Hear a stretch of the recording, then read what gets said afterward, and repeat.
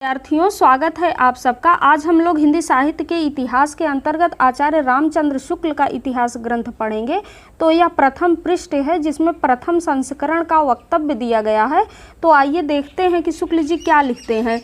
हिंदी के कवियों का एक वृत्त संग्रह शिव सिंह सेंगर ने सन 1883 में प्रस्तुत किया था।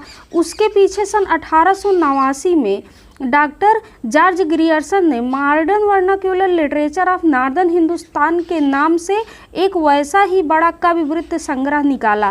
काशी की नागरिक प्रचारणी सभा का ध्यान आरंभ ही में इस बात की ओर गया कि सहस्रों हस्तलिखित हिंदी पुस्तकें देश के अनेक भागों में, राज पुस्तकालयों में तथा लोगों के घरों में अज्ञात पड़ी हैं। अतः सरकार की आर्थिक सहायता से उसने सन 1900 से पुस्तकों की खोज का काम हाथ में लिया और सन 1911 तक की खोज की अपनी 8 रिपोर्टों में सैकड़ों अज्ञात कवियों तथा ज्ञात कवियों के अज्ञात ग्रंथों का पता लगाया। सन 1913 में इस सारी सामग्री का उपयोग करके मिश्र बंधुओं ने, जिसमें श्याम बिहारी मिश्र, गणेश बिहारी मिश्र और सुखदेव बिहारी मिश्र आते हैं, ने अपना बड़ा भारी कवि वृत्त संग्रह मिश्र बंधु विनोद, जिसमें वर्तमान काल के कवियों और लेखकों का भी समावेश किया गया है, 3 भागों में प्रकाशित किया। अब देखिए, शुक्ल जी अपना इतिहास ग्रंथ लिखने से पहले जो इतिहास लिखे जा चुके थे उनका जिक्र करते हुए यहाँ पर वो सबसे पहले तो शिव सिंह सेंगर के शिव सिंह सरोज का उल्लेख कर रहे हैं, फिर ग्रियर्सन के इतिहास का उल्लेख कर रहे हैं, उसके बाद मिश्र बंधुओं के इतिहास का उल्लेख कर रहे हैं। लेकिन जो हिंदी साहित्य का प्रथम इतिहास है, हिंदी में इतिहास लेखन परंपरा का सूत्रपात जिस इतिहास से माना जाता है वह गारसा दा तासी का इतिहास ग्रंथ इस्तवार दा ला लिटरेत्यूर एंदुई हिंदुस्तानी है, जो कि फ्रेंच भाषा में लिखा गया है, जिसमें इस्तवार का अर्थ इतिहास, लिटरेत्यूर का अर्थ लिटरेचर, एंदुई का अर्थ हिंदुई और हिंदुस्तानी का अर्थ हिंदुस्तानी या उर्दू है। तो ये जो इतिहास ग्रंथ था इसके 2 संस्करण थे। इसके प्रथम संस्करण में 2 भाग थे, जिसके प्रथम भाग का प्रकाशन 1839 में हुआ था और द्वितीय भाग का प्रकाशन 1847 में हुआ था। गारसा दा तासी के इतिहास ग्रंथ इस्तवार दा लिटरेत्यूर एंदुई हिंदुस्तानी के 2 संस्करण थे, जिसमें प्रथम संस्करण में 2 भाग थे और प्रथम भाग का प्रकाशन 1839 में और द्वितीय भाग का प्रकाशन 1847 में हुआ था। और जो द्वितीय संस्करण था उसमें 3 भाग थे। इसको आप लोग ध्यान रखिएगा कि प्रथम संस्करण में 2 भाग थे और द्वितीय संस्करण में 3 भाग थे। द्वितीय संस्करण के प्रथम और द्वितीय भाग का प्रकाशन 1870 में हुआ था और तीसरे भाग का प्रकाशन 1871 में हुआ था। इस बार यूपी टीजीटी में यही प्रश्न पूछा गया था कि इस्तवार दा ला लिटरेत्यूर एंदुई हिंदुस्तानी के द्वितीय संस्करण के तीसरे भाग का प्रकाशन वर्ष क्या था, तो 1871। और इसमें क्या याद रखेंगे कि यह तो फ्रेंच भाषा में लिखा गया था और इसमें कुल 738 कवि या रचनाकार थे, जिसमें हिंदी के 72 थे और इसमें 24 अध्याय थे। ठीक, और यह वर्णानुक्रम पद्धति में लिखा गया था। गारसा दा तासी का जो इतिहास था वह वर्णानुक्रम पद्धति में लिखा गया था, इसमें काल विभाजन नहीं किया गया था। वर्णानुक्रम पद्धति जान ही रहे हैं, जैसे कि एक वर्ण से आने वाले सभी कवियों का वर्णन किया गया था, जैसे कि का से आने वाले जितने कवि थे पहले उनका, फिर खा से आने वाले, ये है वर्णानुक्रम पद्धति, जिसमें प्रथम जो इसमें कवि हैं वो अंगद हैं और अंतिम जो कवि हैं वो हेमंत हैं। और एक चीज़ इसी के साथ में याद क्या रखेंगे कि जो मौलवी करीमुद्दीन का जो इतिहास ग्रंथ है तज़किरा-ए-शूरा-ई हिंदी, जिसका प्रकाशन 1948 में हुआ था। तो ये इन्होंने मौलवी करीमुद्दीन ने गारसादातासी के इतिहास का फारसी भाषा में अनुवाद किया है। किसका अनुवाद किया है? इस्तवार द लिटरेतुर हिंदुस्तानी का इन्होंने अनुवाद किया था 1848 में फारसी भाषा में।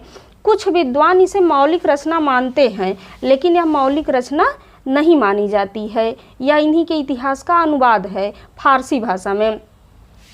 और एक चीज़ याद रखना है ना, कि जब इन्होंने अनुवाद किया तो इसमें 1004 कवि हैं। 1000 कुल रचनाकार कितने हैं? 1004 हैं, जिसमें हिंदी के 60 हैं। और इसी के साथ लक्ष्मी सागर वार्ष्णेय ने, जो प्रयाग विश्वविद्यालय में हिंदी के प्रोफेसर थे, 1953 में गारसादातासी के इतिहास ग्रंथ का हिंदुई साहित्य का इतिहास नाम से हिंदी में अनुवाद किया, जिसमें कुल रचनाकार 358 हैं और हिंदी के 220 हैं। तो शुक्ल जी ने इस इतिहास ग्रंथ का जिक्र नहीं किया है, लेकिन यह परीक्षा में खूब पूछा जाता है। शुक्ल जी सबसे पहले किसका जिक्र कर रहे हैं? शिव सिंह सेंगर के शिव सिंह सरोज का, जिसका प्रकाशन वर्ष कब है? 1883 है। लेकिन एक चीज़ यहाँ और ध्यान रखेंगे कि इसमें भी 2 संस्करण है ना, इसमें भी 2 संस्करण है, जिसका प्रथम संस्करण 1878 में प्रकाशित हुआ था और द्वितीय संस्करण 1883 में हुआ था। लेकिन यही इनका 1883 ही माना जाता है। शुक्ल जी भी देखो अपने इतिहास में यही 1883 ही लिखे हुए हैं सन।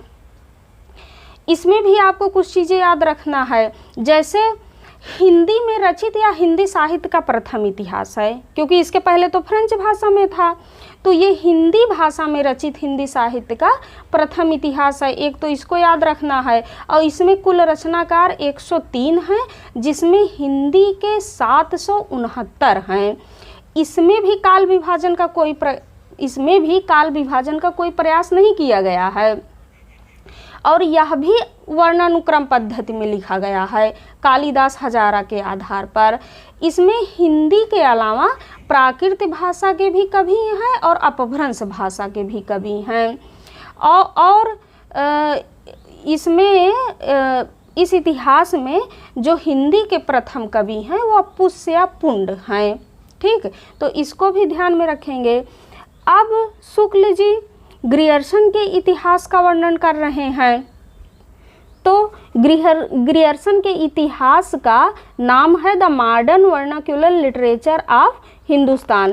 ठीक, और यह जो इतिहास है इनका, यह इतिहास ग्रंथ the Royal Asiatic Society of Bengal की पत्रिका के विशेषांक के रूप में 1888 में, ठीक, यह ग्रंथ जो है यह ग्रंथ the Royal Asiatic Society of Bengal की पत्रिका के विशेषांक के रूप में तो 1888 को, लेकिन एक पुस्तक के रूप में 1889 ईस्वी में प्रकाशित हुआ है। ठीक, ये याद रखेंगे। और यह जो इतिहास है यह कालानुक्रम पद्धति पर लिखा गया है। तो कह सकते हैं कि कालानुक्रम पद्धति में रचा गया हिंदी साहित्य का यह प्रथम इतिहास है, जो कि अंग्रेजी भाषा में है और जिसमें कुल 952 रचनाकार हैं, जो सब के सब हिंदी भाषा के हैं। तो यह भी कह सकते हैं कि प्रथम इतिहास ग्रंथ है जिसमें केवल हिंदी के रचनाकारों को स्थान दिया गया है ना, जिसमें केवल हिंदी के रचनाकारों को स्थान दिया गया है। ग्रियर्सन ने इस इतिहास ग्रंथ को 11 कालखंडों में विभाजित किया है और इसमें भक्ति काल को हिंदी साहित्य का स्वर्ण काल कहा है और स्वर्ण युग भी कहा गया है। भक्ति काल को स्वर्ण युग, जिसको श्याम सुंदर दास जी ने कहा है, और भक्ति काल को नई दुनिया किसने कहा है? तो हजारी प्रसाद द्विवेदी जी ने कहा है। अब देखिए जो शुक्ल जी तीसरे इतिहास ग्रंथ मिश्र बंधु विनोद का जिक्र कर रहे हैं। तो यह जो इतिहास ग्रंथ है मिश्र बंधु विनोद है ना, तो इसको मिश्र बंधुओं ने लिखा है, जिसमें श्याम बिहारी मिश्र, सुखदेव बिहारी मिश्र और गणेश बिहारी मिश्र आ जाते हैं। तो इसके अगर पूछा जाए कि इसके कितने भाग हैं, तो इसके 4 भाग हैं, है ना। तो इसके प्रथम 3 भाग का प्रकाशन 1913 ईस्वी में हुआ था। देखिए, जब शुक्ल जी का इतिहास ग्रंथ लिखा गया है तो उसके पहले मिश्र बंधु विनोद का 3 ही भाग प्रकाशित हुआ था, इसीलिए वे यहाँ पर लिख रहे हैं। उसके बाद जो इनका 4th भाग है वो 1934 में प्रकाशित हुआ है। कहाँ से? नागरी प्रचारणी सभा काशी से, और यह भी कालानुक्रम पद्धति में है। इसमें कुल रचनाकार 4591, लगभग 5000 हैं। और यह जो मिश्र बंधुओं का जो इतिहास ग्रंथ है, यह मुख्यतः 5 युगों में तथा उप विभाजन सहित 8 युगों में बांटा गया है। इसमें आदिकाल को आरंभिक काल के नाम से संबोधित किया गया है। और एक चीज़ इससे संबंधित याद रखेंगे, यह इतिहास ग्रंथ नागरी प्रचारणी सभा काशी की हस्तलिखित ग्रंथ खोज रिपोर्ट समिति के आधार पर लिखा गया। यह जो इतिहास ग्रंथ है वो नागरी प्रचारणी सभा काशी की हस्तलिखित ग्रंथ की खोज रिपोर्ट समिति के आधार पर किया गया है। देखिए, काशी नागरी प्रचारणी सभा की स्थापना 16 जुलाई 1893 ईस्वी में हुआ था। तो इसके संस्थापक थे ये क्या कहते हैं कि श्याम सुंदर दास थे, राम नारायण मिश्र थे और शिव कुमार वर्मा थे। संस्थापक कौन थे? श्याम सुंदर दास, राम नारायण मिश्र, शिव कुमार शर्मा। ये तीनों उस समय क्वींस कॉलेज वाराणसी में 9वीं कक्षा के विद्यार्थी थे और इन्होंने ही स्थापना की थी। तो एक तरह से हम